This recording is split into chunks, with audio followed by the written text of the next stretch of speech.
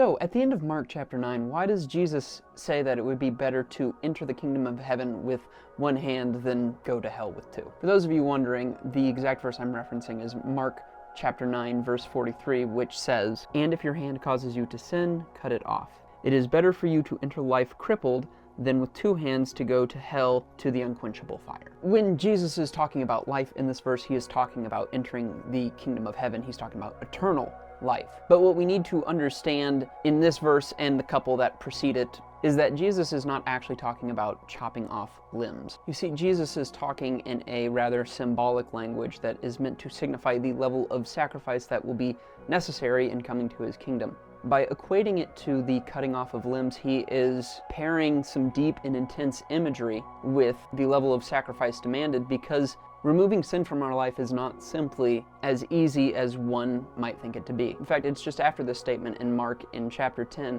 where we find Jesus encountering a rich man who isn't willing to give up his possessions. In this sense, the cutting off of the arm or hand would be to give up one's riches for the sake of Christ, which this man is clearly not comfortable with. So, as you go forth thinking about what kind of things God is calling you to, simply remember that while he isn't asking you to cut off a limb, the sacrifices you may have to make in order to strive away from sin may be just as equally great. Let me know what you think, and I'll see you tomorrow.